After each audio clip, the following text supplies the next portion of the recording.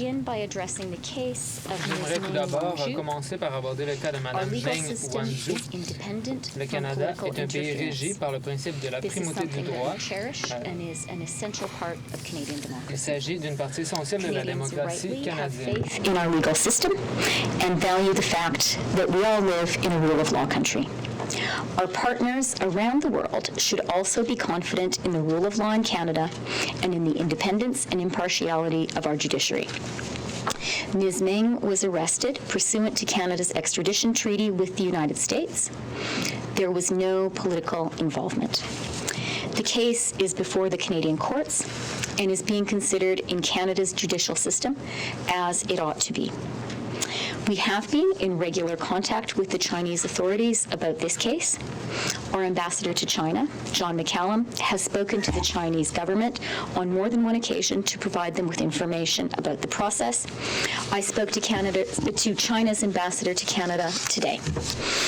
Ms. Meng has been released on bail, and we will continue to ensure that the Chinese government is kept up to date on the next steps in the judicial process. I'd also like to speak about the detention of a Canadian citizen in China, Mr. Michael Kovrig. I can confirm the reports of his detention. Canada is deeply concerned by the detention of Mr. Kovrig, and Canada has raised the case directly with Chinese officials. We're providing consular assistance to Mr. Kovrig's family and remain very seized of this case. Whenever a Canadian is detained abroad, Canada has a very important duty of care to that Canadian and to the Canadians' families. We will continue to raise Mr. Kovrig's case with Chinese authorities. I am happy to answer your questions. Okay, so 25 minutes, one question, one follow-up. Katie Simpson, CBC. My first question to you, Minister Freeland, is are you considering any sort of response or action as a result of what has happened to Mr. Kovrig? Is there any sort of actions the Canadian government is taking in response to that? We have taken actions in response. We have been in direct and immediate contact with Chinese authorities. We have been in touch with Mr. Kovrig's family.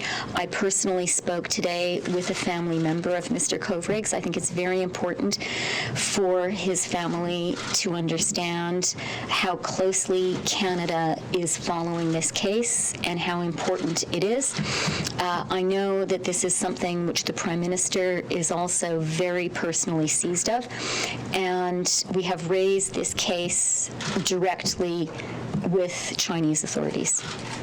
And as a follow-up question, yesterday we just spoke with senior officials who said they're not quite sure whether Donald Trump's comments yesterday would have an impact on what happens with the legal proceedings involving Ms. Meng. But from a political standpoint, after 2 days, you and both the Prime Minister very adamantly said there will be no political interference. You can't and won't get involved. What does that do to your message when Donald Trump says, I might get involved if it will further my interests? So I listened to the briefing from our senior officials, and I'd like to take this chance to thank them. Thank you, Jeff and David. You guys did a great job. And because they're listening in another room. What's wrong? They're actually here, but carry on. They're in the room. Oh, hi, they're there. Okay, thank you, Jeff and David. You guys did a great job. Thank you very much. And it was important for our government to give Canadian journalists the opportunity to speak directly with public servants about this, because it is very important for Canadian journalists, and through Canadian journalists for Canadians to understand the elements of due process here. You have heard from Canadian officials that it will be up to Ms. Meng's lawyers whether they choose to raise comments in the U.S. As part of their defense of Ms. Meng, and it will then be up to the Canadian judicial process, to Canadian judges, how to weigh the significance of what Ms. Meng's lawyers say. I will also say that Canada and the United States have an extradition treaty, And I think most Canadians would feel it's right for us to have an extradition treaty with our closest trading partner, with our neighbor with whom we share the world's largest unmilitarized border, with a country which is our ally in NATO and NORAD, and crucially, with a country which, like Canada, also has a highly respected system of the rule of law, a very strong and independent judiciary, as Canada does. You will have seen the statement from the Minister of Justice, in which she points out that if at the end of the legal process, if there were to be a decision by Canadian courts that the legal threshold has been met for an extradition, at that point there is a decision to be taken by Canada's Attorney General as to whether an extradition should proceed or not. The Minister of Justice takes her responsibilities in this regard very seriously and has today published a very thoughtful statement about that, which I really urge people to read. I will say that it, I think, is quite obvious that it ought to be incumbent on parties seeking an extradition from Canada, recognizing that Canada is a rule of law country, to ensure that any extradition request is about ensuring that justice is done, is about ensuring that the rule of law is respected and is not politicized or used for any other purpose. Glenn McGregor, CTV. Minister, your officials spoke about anti-Canadian sentiment they're seeing in China, and apparently this has resulted in increased security provided by the Chinese around embassies and consulates. Are you concerned about thousands of other Canadians who are there doing business or traveling in China about their security? And if so, why have you not changed the travel advisory, raising the threat level? So let me start by speaking about our diplomats. We obviously have a strong duty of care for all our diplomats around the world, and we are constantly evaluating the security of our diplomats and doing everything we can to ensure that our diplomats are safe. That is very much the case when it comes to our diplomats working in China. When it comes to Canadians in China, we also, and Canadians who might choose to travel to China, we are constantly evaluating our travel advisory. We do that for China. We do that for all countries around the world. The current advice urges Canadians to exercise a high degree of caution in China, and that is advice that Canadians should take seriously. That has been the level of our advice for some time. Canadians who are considering travel to China should look at our website. We are constantly evaluating and monitoring the situation. On the Kovrig case, do you consider the fact that he is technically an employee of your ministry, he's a diplomat, even though he's on leave, does that make his arrest additionally provocative in your mind? Glenn, we really care about every single Canadian who is detained outside the country. I have to say, as foreign minister, and I really believe the Prime Minister feels this way too, these consular cases are among the issues in our job that we take most closely to heart. So we agonize over these cases because it's our job to do that. Certainly, the fact that Mr. Kovrig is an employee of the department is relevant, and he is well known by many people in the department. We're very concerned about him, and that is something which I said to his family. That is something which I said to the Chinese ambassador. Louis Blouin, Radio-Canada. Mme Freeland, quels sont vos leviers Ms. Freeland, pour être capable de faire what are your levers? What leverage do you have to have Mr. Kovrig freed? Because right now we don't have the impression that you have too many tools to facilitate his release.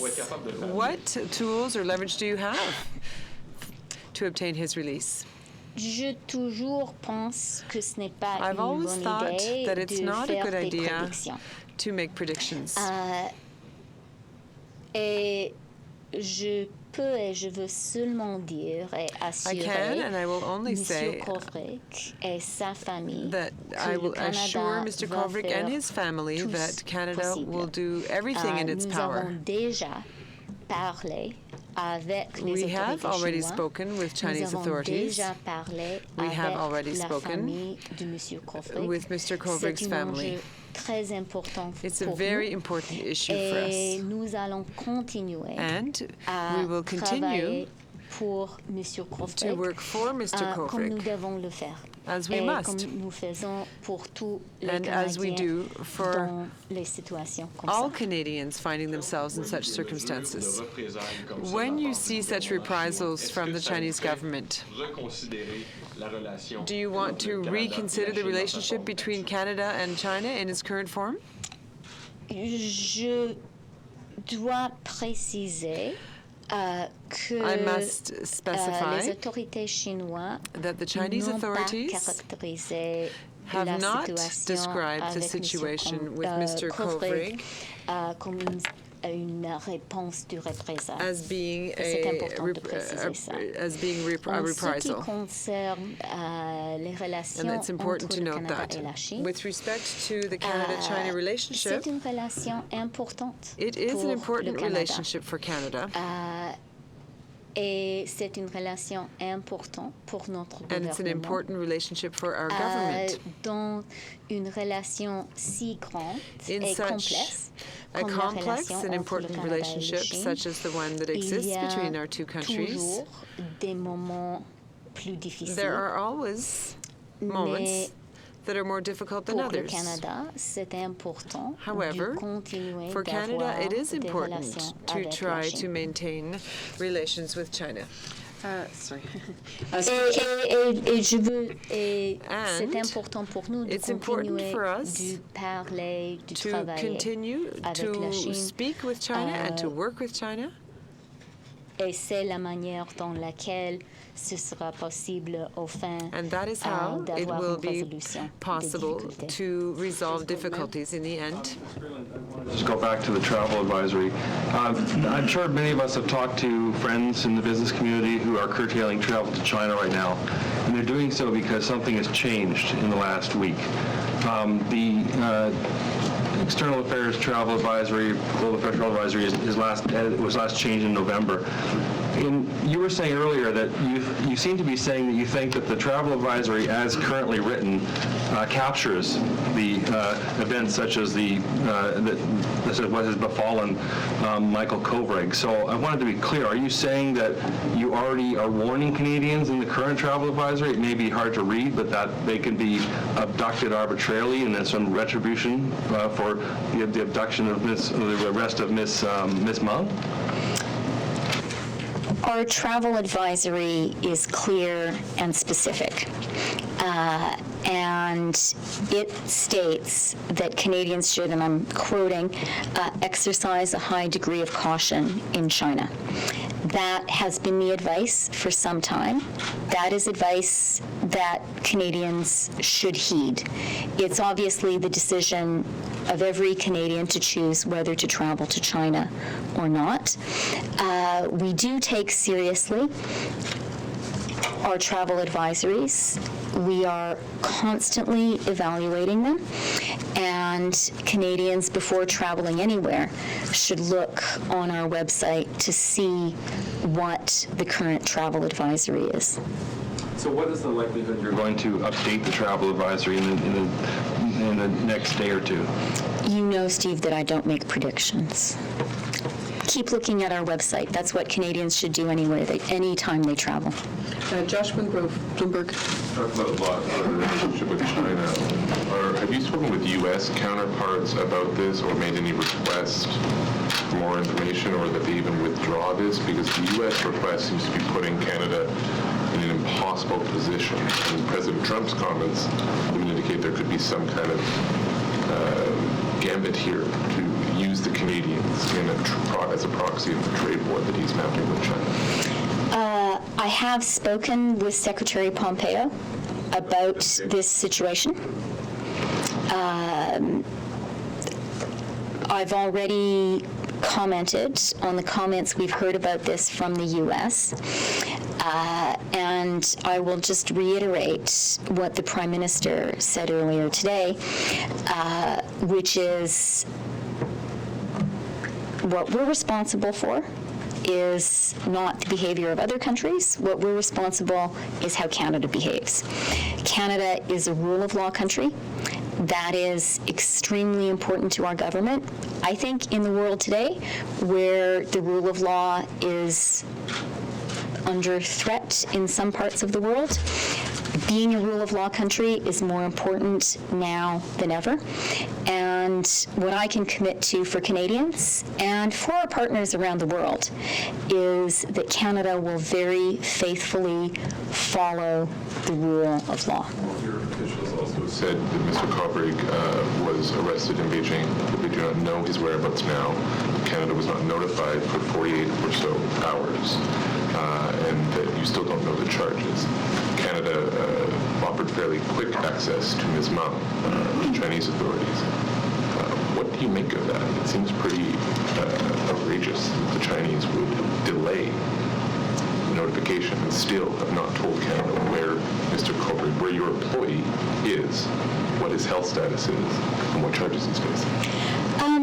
Well, there are sort of two elements to your question, Josh. The first is Canada's treatment of Ms. Meng and our informing of the Chinese authorities of her detention. And as I said, we really believe in being a rule of law country, and it was important for us to promptly inform Chinese authorities of her detention, which we did, and to promptly grant China consular access to Ms. Meng, which we did, and also for her to have full access to due process and to the impartiality and the fairness of the Canadian legal system, which she has had and which she will continue to have. It's our job as Canadians to do that. We have done that, and we're going to continue to do it. When it comes to Mr. Kovrig, as I've said, we're very concerned, and I really want to come back to the reality that this is a Canadian. He is someone who has family, who has people who care about him, including quite a moving piece in the Toronto Star today about him by someone who knows him. As an employee of Global Affairs, many people in the department know him personally. We are very personally concerned about Mr. Kovrig. We have expressed that concern directly to Chinese authorities, and we are in direct personal contact with his family. We are very seized of this issue, and we're going to keep on working on it. David Lundgren. Mr. Good afternoon. Reuters understands that another Canadian citizen in China might be in some trouble. What can you tell us about this? We are aware of a Canadian who got in touch with us because he was being asked questions by Chinese authorities. We have not been able to make contact with him since he let us know about this. We are working very hard to ascertain his whereabouts, and we have also raised this case with the Chinese authorities. We are in touch with his family. Secondly, you said that countries seeking to have citizens extradited to them should not politicize the situation. To what extent do you consider that President Trump's remarks to us yesterday did in fact politicize this process? as I said, with regard to remarks that have been made, in the first instance, it will be for Ms. Meng's lawyers to judge whether it is pertinent for them to refer to remarks made by any officials in their defense of her. It will then be up to Canadian judges to determine the relevance of any submissions by Ms. Meng's lawyers. Our Attorney General has issued a very clear statement about how seriously she takes extradition proceedings and where her responsibilities lie. And she has been very clear in that statement that she may be called upon to make a judgment in the event that a Canadian court, at the end of the process, judges that a legal threshold for extradition has been met. At that point, there will be a judgment for Canada's Attorney General to make. That is a very serious judgment, and she has laid out very carefully, and I think very well, the situation. I do think that it makes a lot of sense for Canada to have an extradition treaty with the United States. They are our neighbor. We share a vast and non-militarized border with them. We do a lot of trade with them, and we're allies. We are allies in the defense of this great continent in NORAD. We are allies in NATO. And I think that one of the reasons that Canadians have confidence in our relationship with the United States, including in our extradition treaty with the United States, is that the United States, like Canada, has a very strong, highly respected legal system, a very strong, highly respected independent judiciary. I do also think that it is incumbent upon parties making an extradition request to be sure that that extradition request is about ensuring that justice is done, is about respecting the rule of law, and our extradition partners should not seek to politicize the extradition process or use it for ends other than the pursuit of justice and following the rule of law. Marie Vestel, Le Devoir. Oui, bonjour Madame Freeland. Bonjour. Marie Vestel, Le Devoir. Minister, you spoke about the second person who contacted you in China. Can you tell us a bit more? What seems to have taken place? Was it an employee? Was it a tourist? Was it a business person? I don't want to say anything more at this time. C'est une situation personnelle. Because it's a personal situation. Peut-être délicate. It may be a delicate situation. Je veux respecter cet individuel. And I want to respect the privacy of that individual and that individual's family. And then my follow-up in regards to the fact that Mr. Kovrig is a former diplomat or diplomat on leave. You said that part of the equation is relevant in answer to my colleague's question. Can you elaborate on what you mean by it's relevant? Perhaps there's a symbol to arresting someone like that? So as to the second individual, I was precise and complete in my answer to David, which is to say that we were in touch with a person who was being asked some questions by Chinese authorities, and we have not, since that moment, been able to ascertain the whereabouts of that person. We're working hard to find out where that person is, and we're in touch with that person's family, with this Canadian. They don't know where he is either, right? Could you just tell us more about the diplomats? You said- Yeah, as I said, when it comes to Mr. Kovrig, I really want to come back to the point that for me, for the Prime Minister, really the issue that probably touches our hearts the most, the thing that keeps you up at night, that you wake up in the middle of the night worrying about, is Canadian consular cases. It is agonizing when a Canadian is detained outside Canada. We take this very personally, and we work very hard for every Canadian in this kind of difficult situation.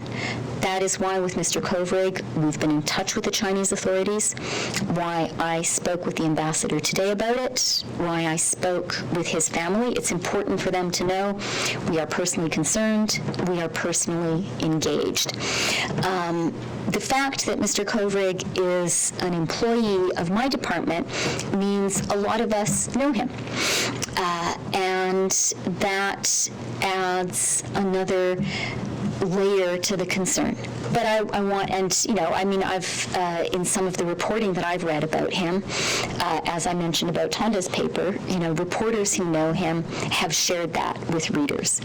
But I do want to say also, we care and we work hard and we fight hard for every Canadian who is detained abroad.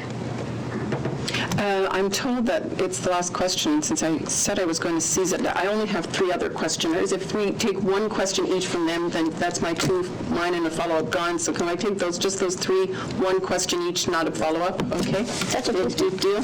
That's a deal. You're all welcome. Okay, I've got Paul Vieira, Paula Newton, and Epoch Times. So Vieira, one question. What is Canada prepared to do if Mr. Kovrig does not get consular access on a timely fashion? Again, Paul, I have found it prudent and have made it my practice not to venture into hypothetical waters, and I'm going to stick to that today. But let me again repeat and reiterate that we have been clear with Chinese authorities that we are very concerned about Mr. Kovrig's detention. We've been clear with his family that we are concerned as well. This is a very important issue for Canada, and we're pursuing it and we'll continue to pursue it. Paula Newton, CNN. Mr. Freeland, thanks again for doing this. You spoke with Secretary Pompeo. I wanted to know if you could elaborate on that conversation. Chinese authorities accused the U.S. and Canada of this being a politicization of this issue. Donald Trump then went ahead and proved their point. He said it was political and that he could do it. So what specifically did you say to Secretary Pompeo, and if there was anything you asked him to do specifically? I spoke to Secretary Pompeo about this some days ago, and what I said to him was that Canada, I spoke to him several days ago after the detention of Ms. Meng, and I said to him that Canada, of course, honors its treaty commitments, that Ms. Meng's treatment was entirely up to this point, up to the point when I spoke to him, and it remains the case, had been entirely a matter of due process, and that she would be treated fairly and impartially in Canadian courts. That's what I said to him. And Epoch Times. You said you're very concerned about this diplomat's situation. Is Canada ready to make a public demand for his release? We have already publicly raised the issue. That is what I am doing right now. So, yes, we are very concerned. We have shared that concern with China. We have shared that concern with Mr. Kovrig's family. And in the first instance, what we are seeking is consular access. But are you asking for him to be released? I think that the first step is to get consular access to Mr. Kovrig to understand the situation better. Thanks, Minister. That's all the time we have. Okay. Thank you for doing that. Oh, no. The briefing ahead of time is very useful. Yes.